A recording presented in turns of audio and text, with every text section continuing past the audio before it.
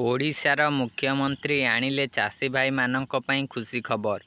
ଚାଷୀ ଭାଇମାନଙ୍କୁ ପ୍ରତିବର୍ଷ 4,000 ଟଙ୍କା ମିଳିବ ବୋଲି ଏପରି ସୂଚନା ଜାରି କରାଯାଇଛି। ମୁଖ୍ୟମନ୍ତ୍ରୀ ଆଣିଲେ ଏକ ନୂଆ ଯୋଜନା, ଯେଉଁ ଯୋଜନାର ନାଁ ରହିଛି ସିଏମ୍ କିଷାନ ଯୋଜନା। ଯେପରି ପ୍ରଧାନମନ୍ତ୍ରୀ ଚଳାଉଛନ୍ତି ପିଏମ୍ କିଷାନ ସମ୍ମାନ ନିଧି ଯୋଜନା, ସେହିଭଳି ଓଡ଼ିଶା ସରକାର ଚଳାଇବେ ସିଏମ୍ କିଷାନ ଯୋଜନା। ଏହି ସିଏମ୍ କିଷାନ ଯୋଜନା ଅଧୀନରେ ଚାଷୀ ଭାଇମାନଙ୍କୁ ବର୍ଷକୁ 2ଟି କିସ୍ତିରେ 4,000 ଟଙ୍କା ଦିଆଯିବ। ମାନେ ଗୋଟେ କିସ୍ତିରେ 2,000 ଟଙ୍କା ମିଳିବ। 2ଟି କିସ୍ତି ମାଧ୍ୟମରେ 4,000 ଟଙ୍କା ପ୍ରଦାନ କରିବେ ସରକାର। ଏହି ଟଙ୍କା ଆପଣଙ୍କୁ ନୂଆଖାଇ ଓ ଅକ୍ଷୟ ତୃତୀୟାରେ ମିଳିବ।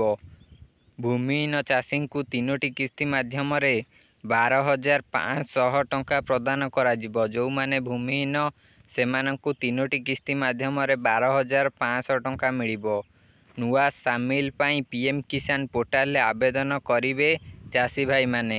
ଯେଉଁମାନେ ଏହି ସିଏମ୍ କିଷାନ ଯୋଜନାରେ ସାମିଲ ହେବାକୁ ଚାହୁଁଛନ୍ତି, ସେମାନଙ୍କୁ ସିଏମ୍ କିଷାନ ପୋର୍ଟାଲରେ ଯାଇ ଆବେଦନ କରିବାକୁ ପଡ଼ିବ। ଏହାର ଅଫିସିଆଲ ପୋର୍ଟାଲକୁ ଯାଇ ଆପଣମାନଙ୍କୁ ଆବେଦନ କରିବାକୁ ପଡ଼ିବ। ଏହା ପରେ ଯାଇ ଆପଣ ଏହି ଯୋଜନାର ଲାଭ ନେଇପାରିବେ। ଏହି ଯୋଜନା ବିଷୟରେ ମୁଁ ନେକ୍ସଟ ଭିଡ଼ିଓରେ ପୁରା ଡିଟେଲ୍ସରେ ଆପଣମାନଙ୍କୁ ସବୁକିଛି କହିବି, କିପରି ଆବେଦନ କରାଯିବ। ସେଥିପାଇଁ ଆପଣ ଭିଡ଼ିଓକୁ ଗୋଟେ ଲାଇକ୍ କରି ଚ୍ୟାନେଲକୁ ସବସ୍କ୍ରାଇବ୍ କରି ରଖନ୍ତୁ ଓ ନେକ୍ସଟ ଭିଡ଼ିଓକୁ ଅପେକ୍ଷା କରନ୍ତୁ।